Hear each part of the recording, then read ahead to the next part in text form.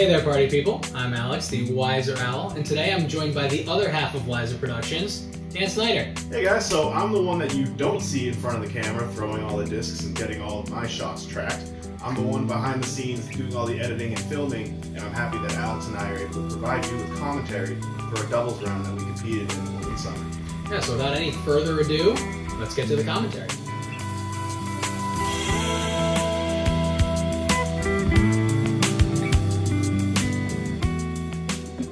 Alright, going to get started here on hole 11, a long-ish par 3. I've got my special edition getaway here, and I think our strategy going into this was I'm going to throw first off of every box just to put ourselves in good position, and if you look at that shot, I kind of turn it over into the right side. Not in trouble, but definitely not how you want to start off. And I have the green light to just take my X3 and sort of lay into it, and I get a nice juicy turnover, and we're putting at it. I mean, that was basically our strategy going into this. I'm going to throw first, put ourselves in the fairway, and then here's your drive, which was an absolute blast. And you wanted me to putt first just to get the round going, just to get my putter going, and my weird pre-shot routine. Yeah, I mean, you've always been a much better putter than I am, and you can see why right here. Yeah, that was a good one to get just to start off, and a little slow-mo action here. Start off with a birdie is nice, especially on a long, straight hole. That's pretty much a must-get for the division we were playing in the advanced M1 division. Oh, yeah, definitely. And here, hole 2, I would say similar length to the or tournament hole 2, excuse me, hole 12. Similar length to the last hole we just played, and this is a Bio Defender, which is pretty worked in, and I got a good rip into this one. This was one of my better drives of the day, which put me just outside the circle and sets you up just to bomb it like you always do. Yeah, this hole's fun because it's uphill and it's in those trees, and I throw the X3 again, and I regret doing that because it's going to turn a little bit more, and it didn't fight back.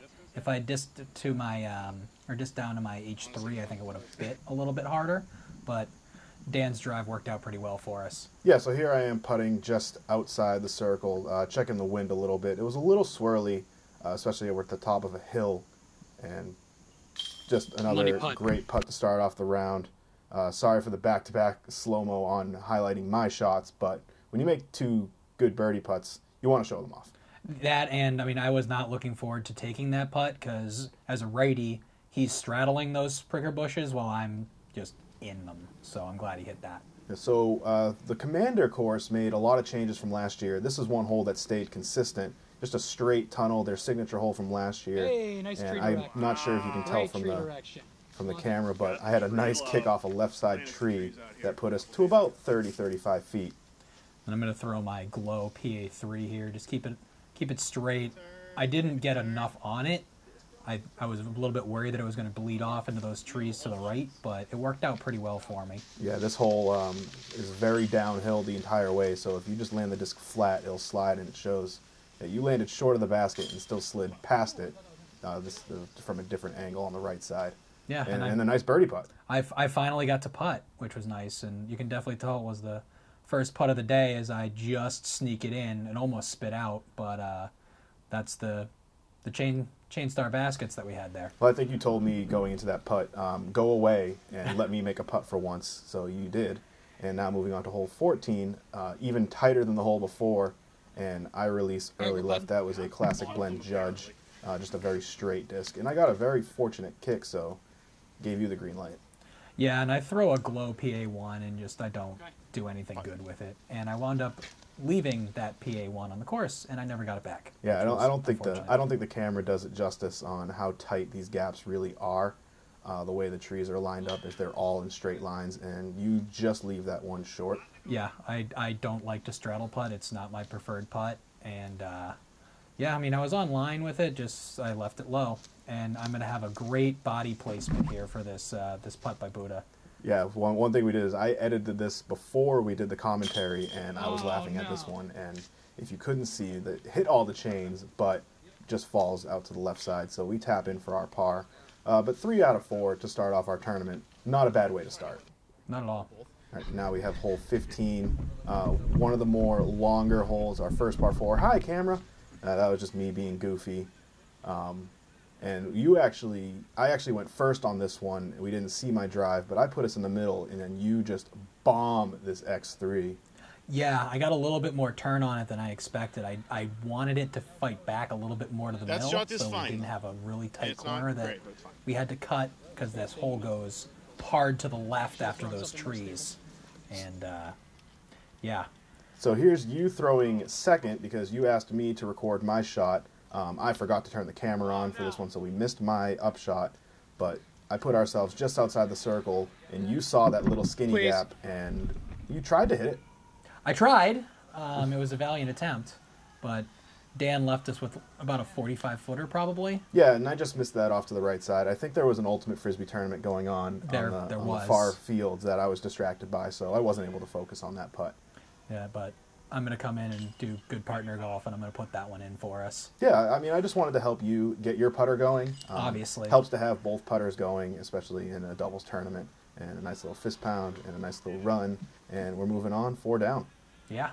Here we are on hole 16. It's a par 3. My drive put us in the middle of the fairway again, not in birdie range, so here's Alex unleashing on his Glow H3 V2. You kind of turned it over a little bit, but you leave us on the left side enough for an easy approach for a right-hander, as you'll see here, as I'm able to straddle out. Yeah. As you can sort of see in this frame, it started raining intermittently through this round. It really picked up in round 2.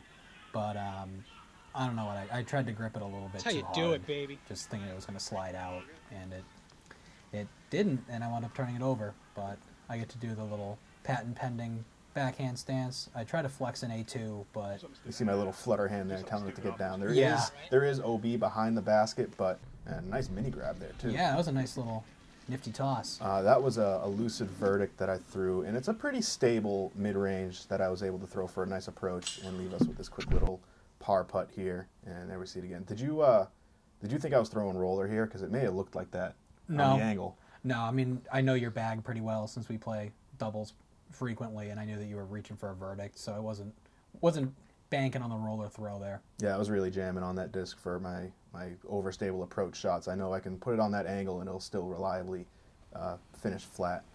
Here's a hole 17.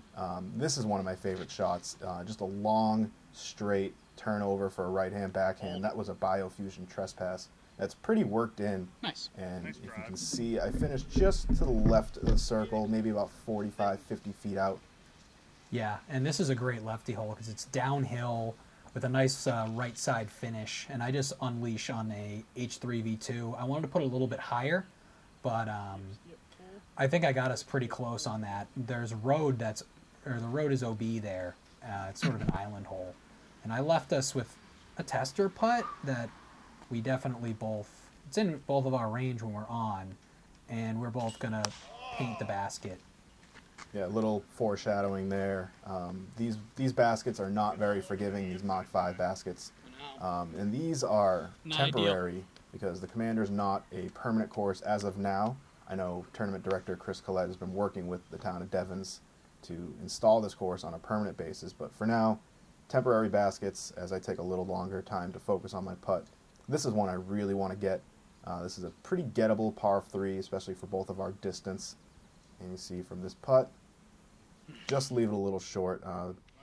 Putting with Wardens, pretty straight to stable Wardens, pretty new, and just didn't give it enough. And we actually both walked away from this putt forgetting to tap in, so that was you just running back. Yep. But 4 down, not a bad way to start off, and we move on to hole 18. There are 2 different options on this play. For the right-handed backhand that I'm throwing here, there's a pretty wide hyzer gap that I'm throwing with a white Lucid Defender that currently belongs to Casey White now. I saw him at NIFA Finals, and I said, hey, good job at Worlds.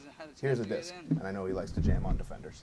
Yeah, so me being left-handed, I'm going to go with the left-hand hyzer line here with a M1. This is a downhill reachable hole with a mid for me.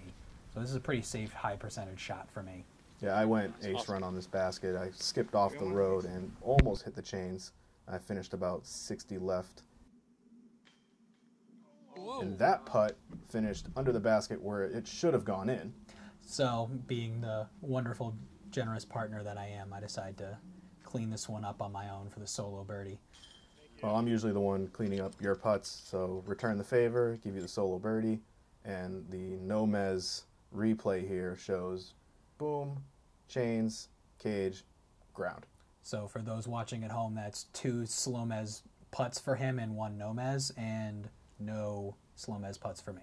Bringing it back to the start of the course, hole 1, long par 4, dogleg left, and there's a parking lot to the left side, which there is a mandatory tree there on the left there. So your first shot, you just want to get as straight as you can and throw as far as you can. And you see me, I'll be kind of laughing as I'm walking away, because that's about as far as I can throw. That was my lucid trespass that I can rely on to turn over and fade back. Yeah, so you can see this car going in front of us. There's a road right there that makes that Mando a little bit scary, that if you get gobbled up by those trees, you're out of bounds on the road. You can get gobbled up by the trees, or a quick backstory on Mike Petruski's drive, our opponents on this card.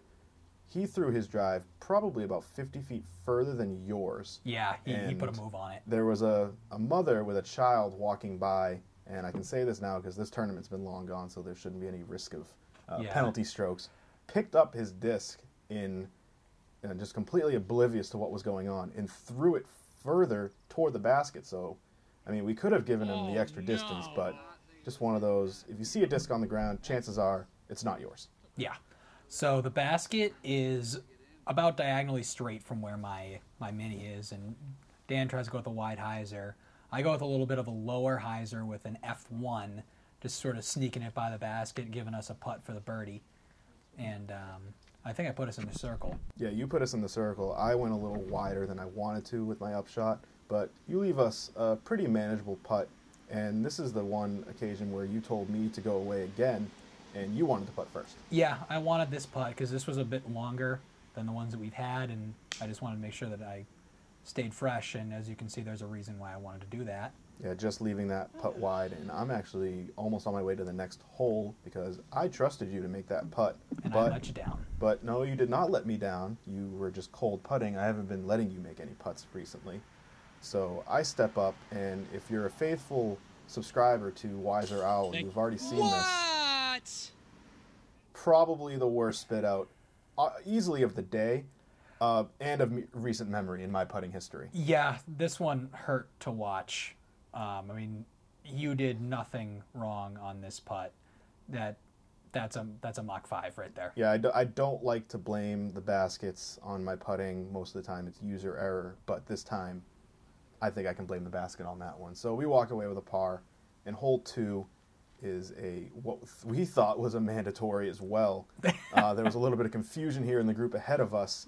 Sorry, Flan. Yeah, sorry, Chris Calmero out there, if you're watching. We didn't mean to yell at you, but what I was throwing there was a Frostline Bolt. That is just my pure distance disc, and I put it out there a pretty good ways, but then here you are, X3, bye. Yeah, so the tree line there on the right goes all the way down, and the basket's on the other side of that, and almost backwards towards the tee. So I wanted to leave us fairly wide so we wouldn't be super cut off. Because as you see, I'm going to take this F1 again, and I'm going to throw another hyzer to get around those trees towards the basket. If I left it any narrower, I was worried that I wouldn't make the corner and give us a really hard angle shot. Yeah, and there's a little bit of danger on this hole as well. You'll see on the next shot that there is OB behind the basket off to the left there. And I really wanted you to attack this one, so I went first and left my approach a little short, but I really wanted you to attack it, and you did, and I cleaned it up with a nice birdie. Yeah, and I mean, I left this a little wider than I even wanted, but it all worked out in the end. Moving right along here after another birdie, we got hole 3. Long straight with a right side finish for the left-handed thrower, and I'm throwing a gold line bolt here. And I absolutely pumped this one. I'm very happy with this finish. Leaves us right in the center of the fairway and gives you the green light. Oh, yeah. And with this being a nice lefty hole wide open, I just put a move on my X3, and I absolutely uncork on this. And this was definitely my best throw of the day. And a throw that won you a CTP. I'll say you because you were the one who threw the drive. And actually, we swept the CTPs for the day. Quick backstory as you drop in your birdie. You ran off to collect a flag as they were doing the CTPs back at the Hawk's Nest, and Chris Collette kept saying, "All right, and the winner are Buddah and Alex," again and again. So everybody got mad at me for collecting CTPs while you were off collecting flags. Yeah. So I throw the X3 again here. This is sort of a finicky hole, and I was cheering because I got held up by a tree before I went out of bounds. As you can see, that that sidewalk there and that road were both out of bounds. Yeah, this is a bit of a tweener hole. It's called a par 3 on the course. It could very easily be a par 4. I did see a few drives clear the road, but definitely a lot of danger if you want to attack that. I threw my judge there about left side, about 30 feet. You're throwing an A2 here? No, that was my PA3, and from almost the same spot in round 2, I wound up throwing that in for a 2. Oh yeah, highlights of round 2 with a nice birdie on this hole. But, you know, you'll take a par there, especially on 2 mediocre drives that both could have very easily ended up OB. Yeah, like I said, it's a tweener hole, so a 3, you're not mad with a 3 here. You want to try to get the 2 to call it a birdie, but 3 feels like a birdie. Here's hole 5, very similar drive to hole 2. You're just trying to get as much distance as you can, but this basket just finishes about another 300 to 400 feet straight. Yeah, this is definitely the longest hole in the course. I'm going X3 again, just trying to get as much distance as I can. I mean, it starts getting a little bit hairy towards the pin because it's guarded by both a house and a row of hedges. So it's a little bit of placement on your drive too, not just raw distance. Yeah, this drive's tough because you have the tree line on the right side that cuts you off, and then if you go too far left, it just creates a much longer shot for your approach. And here, I'm basically throwing another drive. That was my bio defender from earlier on in the round, and I'm just trying to throw it as far and as hard as I can. You see me shaking my head. It got very slippery very quickly as you see me pick up the umbrella. Yeah, I think here I make a mistake and I throw an F7, I think. Yeah, I throw my F7 on a hyzer, trying to flip it up and have it coast, and it just turns. Yeah, that thing got a lot of turn, and it doesn't leave us with the easiest upshot here.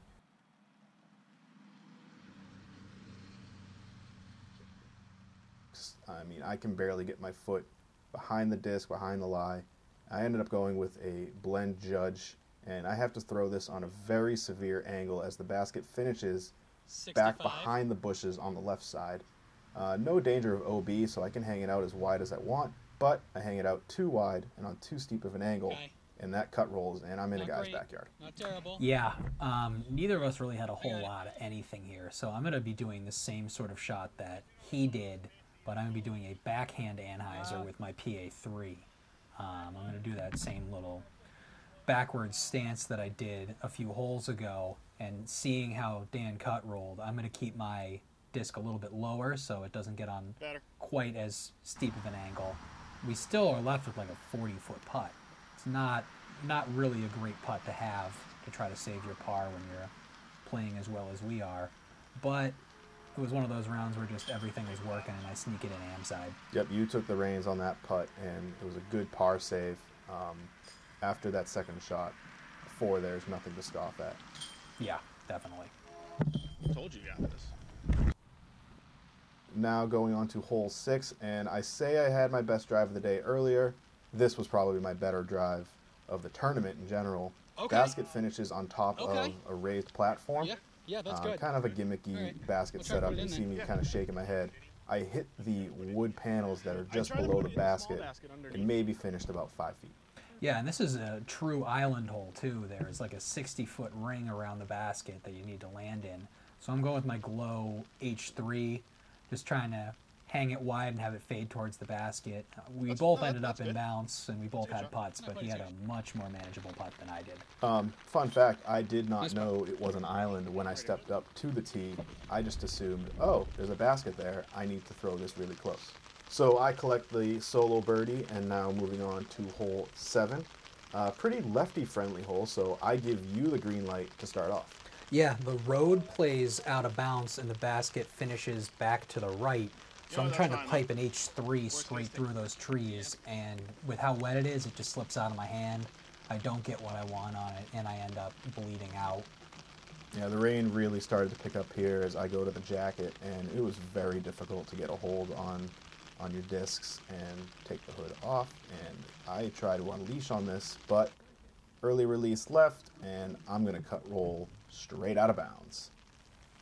Well, even though my drive wasn't fantastic, it was safe right in the middle for just a really easy, straight approach shot with a PA3 just to get us up and down, cut our losses, and move on. Yeah, I think at this point we were pretty comfortable with the score we got. We were 8 down at this point, and with the conditions getting the way they were and worsening as the day went on, pars sounded very good in our book. Yeah, I mean, of course, the way that I was throwing off the tee, I was pretty disappointed in myself for not getting a hole that's really designed for me. We wound up taking a CTP on this hole too in then. Yeah, and I kind of grip locked it a little bit. Again, it was tough to get a hold on the disc, but I put ourselves right underneath the basket, and my little Mary Poppins impersonation, you can't see, drop in the par. Now we're on to hole 8, and for the first time I broke out Old Reliable because I couldn't get a grip on any one of my other discs. So that was my TP Longbowman. And this basket, it finishes off to the right. It plays as a par 3. It's really a par 4, as it's a very difficult basket to access as you're going straight uphill. Yeah, you need to throw it straight, and then it's going to hook off to the right. So I'm again going to be throwing my X3. I'm going to try to get it to just turn between those two trees and finish back. And I was actually really happy with this drive. I left it a little bit wider than I wanted, but the X3 is going to hold that turn for a long time before coming back. Yeah, another rule about this hole is there's the baseball field on the right there. That plays OB the entire way, but stops where the foul line ends on the baseball field. So there is the option to take the huge hyzer, but there's a sea of trees that blocks your view of the basket. So it's a very tough gap. So this approach shot's scary because right by the basket, it's going to slope hard down towards the baseball field. So as a lefty trying to throw that, I know that I'm fading towards that hill, and I definitely leave a lot to be desired on my approach shot. So my approach finished with a death putt look, so we elected to go with yours, which was a little closer, but not as forgiving on the stance, as I'm trying to just get my footing here, and I had no attempt at a straddle. So I elect to go turbo putt, and thankfully, this putt just settles and gives you the access to try to make it. Yeah, in round 2, we both wound up having our putts roll down the hill, and me with a straddle is not my most comfortable thing to do, and I leave it low. It felt good out of my hand, but just didn't get enough on it. So we dropped down to 7 under for the tournament so far, and hole 9 is just far.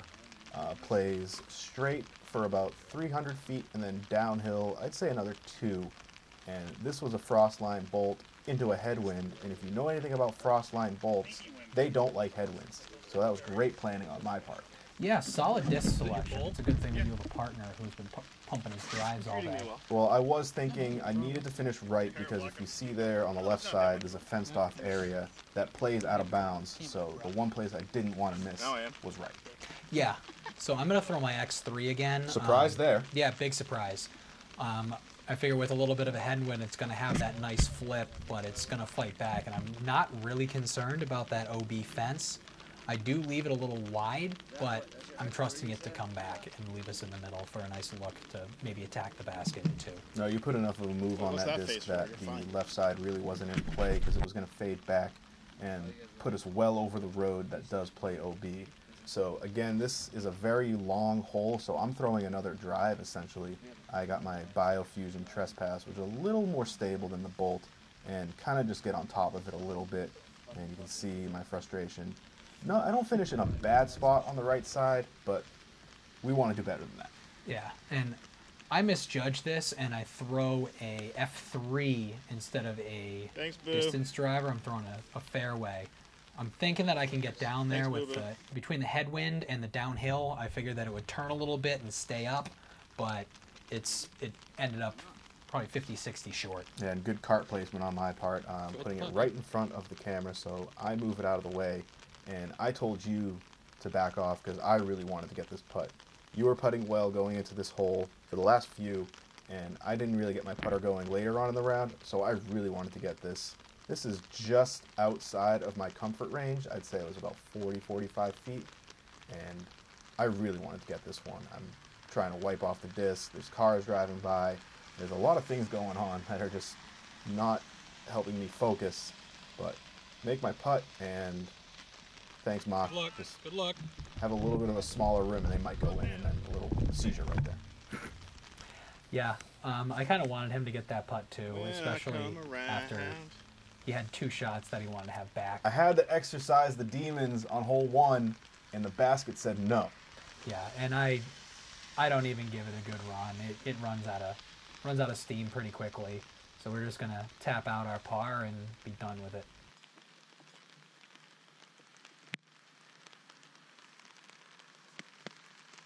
So last hole of the day, tournament hole 10. A couple different options off the tee here. You elect to go the wide hyzer route, and there's also a very skinny gap that's a lot more dangerous, but a lot more direct route to the basket. Yes and no. I mean, those trees at the end of that skinny route jut out to the left, so if you finish right, you really don't have a good look at the basket unless you're going up and over.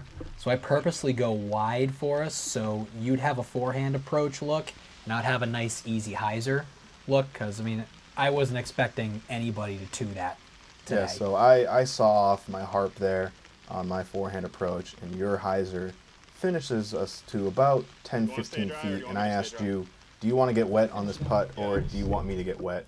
And you gave me the honor. Thank you. Yeah, I figured that I'd let you finish it out with a putt. So after having some putts that you wanted to have back, I wanted you to finish on a good note heading into round 2. Yeah, so finishing with a par, we end up with a 7 under 52, and just the one blemish on the scorecard. But coming in at 7 under, we were top of the card, top of the M1 division, and closed it out with a win, which was nice. We did. We didn't play as well on the second round, but the rain got significantly worse. So it was just stay clean and hold on to the win. So we want to thank you for tuning in to our coverage of the first round of the 2018 New England Doubles Championships. For Alex Sakash, I'm Dan Snyder. Make sure you subscribe to us on Whyzer Productions on YouTube and follow us on Instagram at Whyzer Owl. Thanks for tuning in.